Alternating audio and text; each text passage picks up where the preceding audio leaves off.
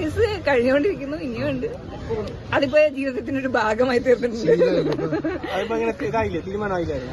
ഇനിയുണ്ട്. ഞാൻ കൊടുത്ത കേസും എനിക്കെതിരെയുള്ള കേസുകളൊക്കെ തകൃതിയായിട്ട് പോകുന്നു. ശബരിമല വിഷയമല്ലേ? അത് FIR അങ്ങനെ നടക്കുന്നുണ്ട്, അത് കോടതി എത്തിയിട്ടില്ല. അപ്പൊ മാഡം ഇനി ഒരു ഓപ്പർച്യൂണിറ്റി അവിടെ പോകും ശബരിമലയ്ക്ക് പോവാൻ? ഞാൻ ആലോചിക്കുന്നുണ്ട്. കാരണം നിങ്ങൾ ആരെങ്കിലൊക്കെ കൊണ്ടുപോയി ഞാൻ പോവാൻ തയ്യാറാണ്.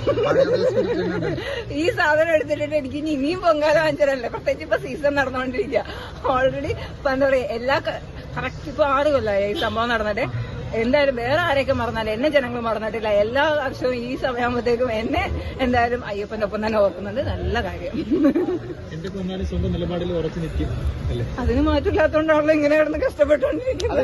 ഒരുപാട് പ്രതിസന്ധികൾ നേരിടേണ്ടി വന്നിട്ടുണ്ടോ ജോലിപരമായിട്ടും? പിന്നെ ജോലി പോയില്ലേ, വീട് പോയില്ലേ, മൊത്തത്തിൽ പോയില്ലേ, തകർന്ന് തരിപ്പടമായില്ലേ. പക്ഷെ എന്നാലും അങ്ങനെയൊന്നും പോയാലും അങ്ങനെയൊന്നും തോൽപ്പിക്കാൻ പറ്റില്ല. തിരിച്ചു കയറി വരും. പിന്നെ ഞാൻ പറയില്ലേ, എന്തായാലും നമ്മുടെ ജീവിതത്തിൽ പല രീതിയിൽ നമ്മൾ സ്ട്രഗിൾ ചെയ്തേ പറ്റൂ. അപ്പോ ഈ ഇഷ്യൂസ് ഒക്കെ ഉണ്ടാവുമ്പോഴത്തേക്കും നമ്മളതിന് തരണം ചെയ്യാൻ പഠിക്കുക എന്നുള്ളതാണ്. അല്ലാതെ പോയിട്ട് ആത്മഹത്യ ചെയ്യാൻ എല്ലാവർക്കും പറ്റും, അതൊക്കെ ഭയങ്കര ഈസിയാണ്. ഞാൻ അങ്ങനെയല്ല. 6 വർഷം, കറക്റ്റ് 6 വർഷം. ഒറ്റപ്പെട്ട് എന്ന സമയത്ത് താങ്ങായിട്ട് ഏതെങ്കിലും സ്ട്രോങ് ആയിട്ടുള്ള കൂട്ടുകാരൊക്കെ ഉണ്ടായിട്ടുണ്ട്? അങ്ങനെ കുറച്ച് കൂട്ടുകാരുള്ളതുകൊണ്ട് മാത്രമാണ് ഇപ്പൊ ഇങ്ങനെയൊക്കെ നിൽക്കുന്നത്. അങ്ങനെയുള്ള മനുഷ്യന്മാരുണ്ട്. അതായത് ഞാൻ ജീവിതത്തിൽ നേടിയിട്ടുള്ള കുറച്ച് നല്ല സുഹൃത്തുക്കളെ മാത്രമാണ്.